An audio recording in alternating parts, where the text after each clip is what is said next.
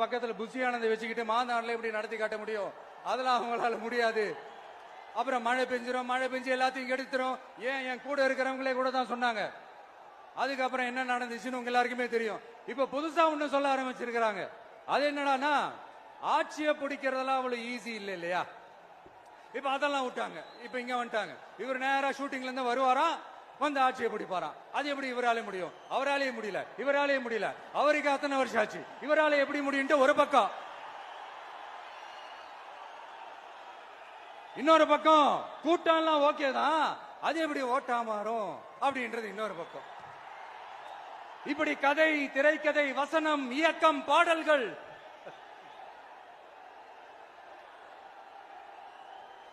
அதனால இந்த அரசியல் ஆய்வாளர்களுக்கு நான் சொல்றதெல்லாம் ஒன்னேதான், நல்லா கேட்டுக்கங்க. இந்த விஜய் ஏதோ இந்த பல லட்சம் பேர் கூடுற கூட்டத்தில் மட்டுமே இருக்கிறாரு அப்படின்னு மட்டும் தப்பு கணக்கு போட்டாதீங்க.